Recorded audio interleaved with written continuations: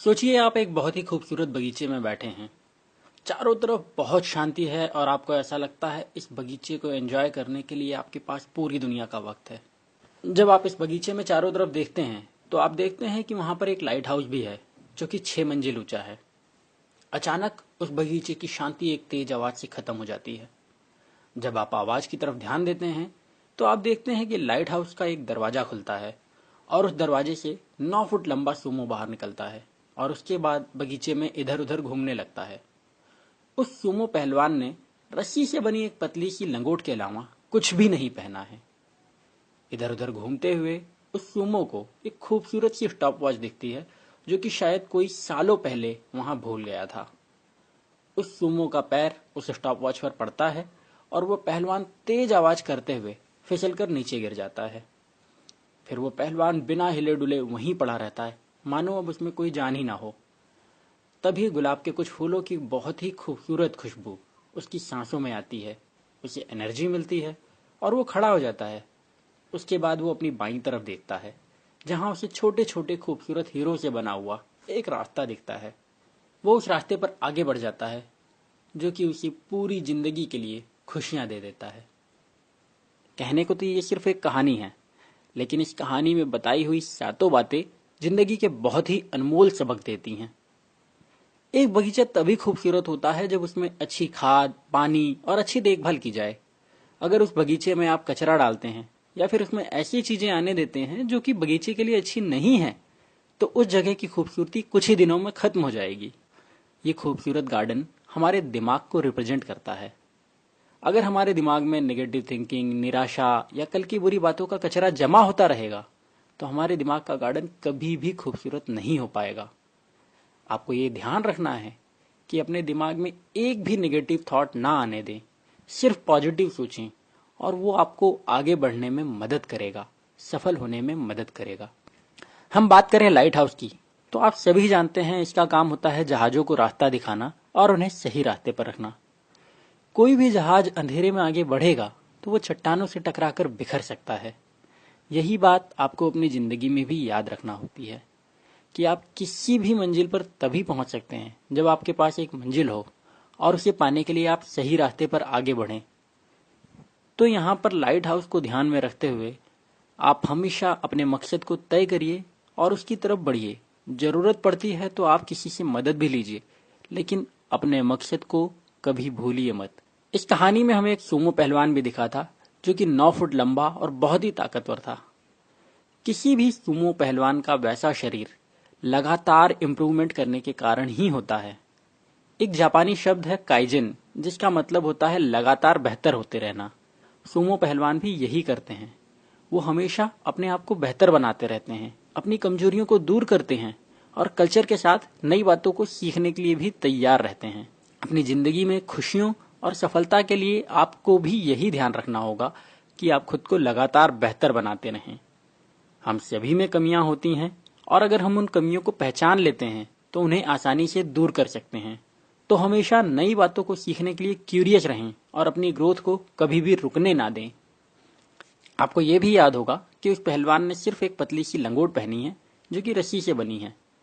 अब अगर ये लंगोट उसका साथ छोड़ देती है तो हमारा सूमो पूरी तरह से नेकेड हो जाएगा और हम उसे आसानी से अश्लील या ऐसा ही कोई शब्द कह सकते हैं।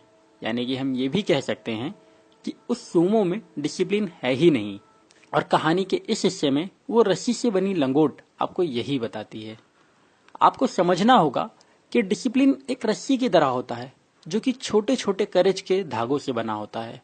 और ये करेज आपको उन बातों के लिए दिखाना होता है जो आपके करने का मन नहीं है, लेकिन आपकी बेहतरी के लिए जरूरी है। और जब आप ऐसा करते रहेंगे तो आपकी जिंदगी में डिसिप्लिन भी आ ही जाएगा।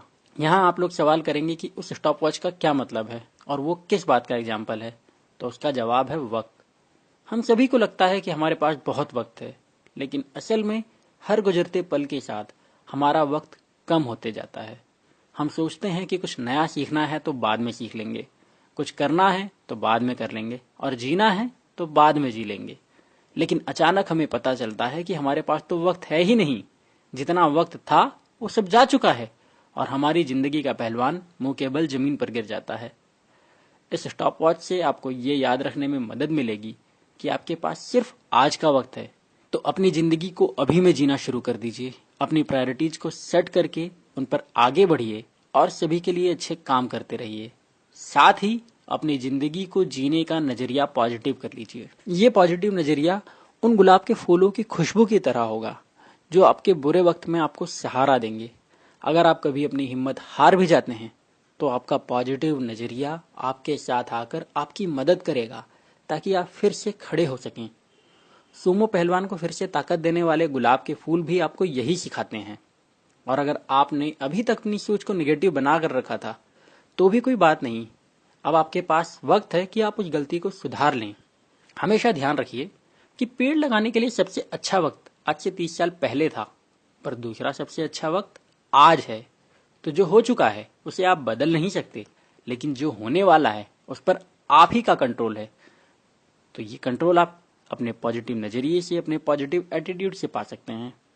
इस कहानी में जो आखिरी बात थी वो ये थी कि हमारा पहलवान खड़ा हुआ और फिर एक ऐसे रास्ते पर आगे बढ़ गया जिस पर बहुत सारे छोटे छोटे खूबसूरत हीरे लगे हुए थे। ये हीरे असल में और कुछ नहीं है, हमारी जिंदगी में आने वाले छोटे छोटे खुशनुमा पल होते हैं जिन्हें हम कभी जीने की कोशिश ही नहीं करते और हम हमेशा ही आगे की तरफ देखते रहते हैं। हो सकता है ये खुशनुमा पल आपके बच्चे के साथ पार्क में बिताया हुआ एक दिन हो, या आपकी गर्लफ्रेंड के साथ प्यारी सी लड़ाई और पैचअप हो, या फिर आपकी सफलता पर आपके पिता की आंखों में खुशी के आंसू भर आना, या कुछ और।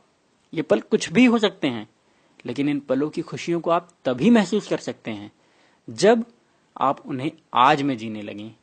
और साथ ही जो बुरी यादें हैं उन्हें बेकार पत्थरों की तरफ फेंकते रहिए ताकि आपकी जिंदगी खुशनुमा बनी रहे। इस बात को हमेशा याद रखिए कि यादें भविष्य में आपको तभी खुशियां दे सकती हैं जब आपने उन यादों को अपने आज में जिया होगा। तो अपनी खुशियों को एक अंतहीन सफर मानिए, सफलता का आज में मजा लीजिए, हर असफलता से सीखिए और अच्छी यादों को अपने साथ रखकर आगे बढ़ जाइए। ये 7 बातें मैंने आपको रॉबिन शर्मा की किताब the monk who sold his Ferrari से बताई है। यकीन जानिए इस किताब में आपको इन 7 बातों से बहुत ज्यादा कुछ मिलेगा। तो मैं आपको यही सलाह दूंगा कि इस किताब को पूरा जरूर पढ़िएगा। अगर आप चाहें तो इस किताब को नीचे दी हुई लिंक से खरीद सकते हैं। इस वीडियो के बारे में अपनी राय जरूर बताइएगा। मैं इसी तरह की वीडियो पोस्ट करता रहूंगा, मोस्टली हर हफ्ते, तो सब्सक्राइब जरूर करें। सब्सक्राइब करने के बाद बेल का बटन दबाकर सेंड मी ऑल नोटिफिकेशन को भी सिलेक्ट कर लीजिए और सेव कर दीजिए ताकि फ्यूचर में आने वाले सारे वीडियो आपको तुरंत अलर्ट मिल सके। अभी के लिए सिर्फ इतना ही। धन्यवाद।